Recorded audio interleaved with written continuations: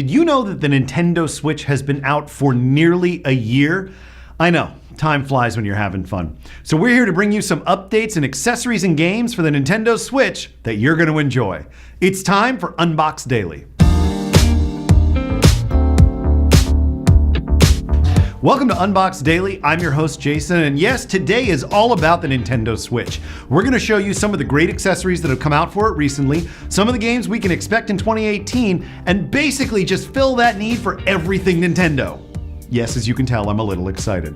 If you want to check out more, be sure to subscribe on YouTube or leave me a comment. In the meantime, let's hit it. The first thing you got to talk about when you talk about the Nintendo Switch are all the great games that have come out for it. Personally, I'm a big fan of Zelda, I'm a big fan of Mario Odyssey, but I love how many different awesome games are coming out, both from independent publishers as well as AAA titles.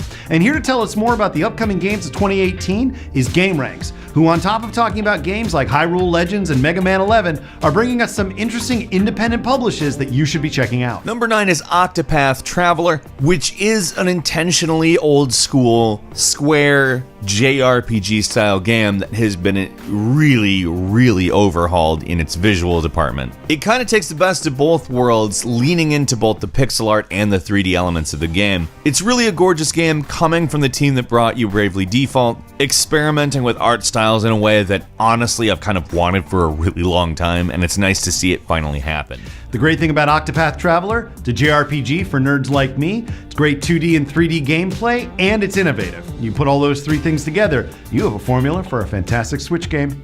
You know, I gotta say, I don't know what it is, but sometimes some games are just better when they're played on the Nintendo Switch.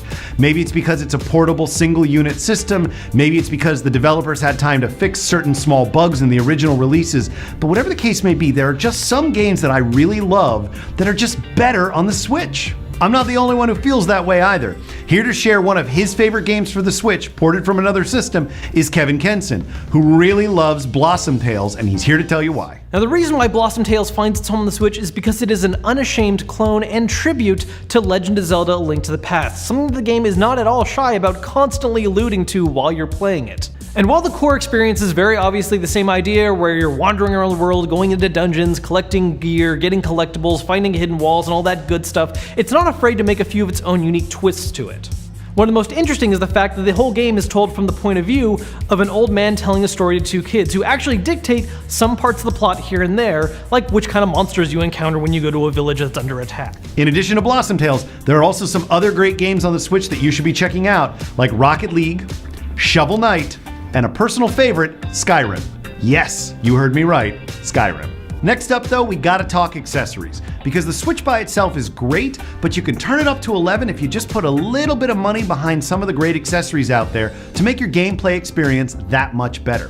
Which is why we're gonna take a look at this video from your average consumer and check out some of his recommendations for what he thinks you should get for your Nintendo Switch. But this case is pretty cool. Not only does it have a protective hard shell, slots to store up to 8 games, and a pouch for cables and Joy-Cons, but this thing also charges your Switch. And yes, you heard right, this is a protective case that also has a built-in portable charger to charge your Switch whenever you're on the go. And if you guys know me, you know how much I love my portable chargers, and it's just great to be able to travel with the Switch whenever I'm done playing with it for a bit, throw it inside of its case, and then have it at 100% whenever I want to go back and play it. Oh my gosh, the charging case is key. Do you know how many times I've been stuck on a flight, the battery dies, there's no plug, and I'm stuck doing something constructive, like reading?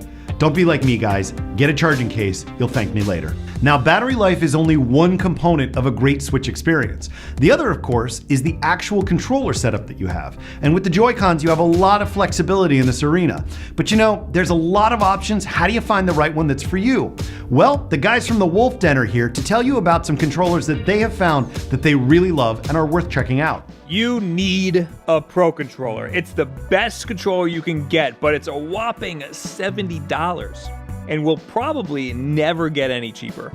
Luckily, PowerA makes a very similar wired controller for much cheaper. You can find it for just $25, but I found it at Target on sale for just $20. I'm kind of surprised at how these feel, especially for the price. And it comes with different sized thumbsticks in case you want more control over the travel of the stick. I mean, don't get me wrong, I love when you have a great controller and it does a lot of stuff, but the idea of a wired controller is really hard for me, especially on Mario Odyssey, which requires so much hand movement to really play it properly. Still though, lots of opportunity to play great games and have a phenomenal experience, no matter what controller setup you have. Finally, I'm gonna lower my voice on this one just a little bit. You see, there are some things that you can do on the Switch that you're not supposed to know that you can do. Little tricks, tips, hacks, you can call them, so that you can do things a little extra. Here to tell us more about how you can play games geo-locked to certain countries and locations is the gamer who's got an eShop hack that you've got to know about. This one is called the Nintendo eShop hack, though it's not much of a hack. Much like any app store on any mobile device, the Nintendo eShop is very similar, but there's one minor twist. Normally, eShops and app stores are segregated by country. It's pretty obvious why, however, there's one major side effect: fewer games for the gamer. Also, it's usually pretty difficult to change. Well, on the Nintendo Switch, gamers have found that by simply creating a new account with, say, Japan selected as the player's country of origin, the Nintendo Switch will load up that particular country's eShop.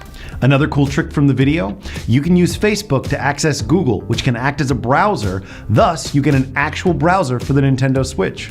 Pretty cool, right? And that's it for our show on the Nintendo Switch. Hope you enjoyed it. Would love to hear your feedback. In the meantime, if you want to check out other stuff we've done, head on over to Unboxed.tv or look us up on the iOS store. In the meantime, we'll be back soon with more great reviews and product unboxings from your favorite stars on YouTube. I'm your host, Jason. Have a great day.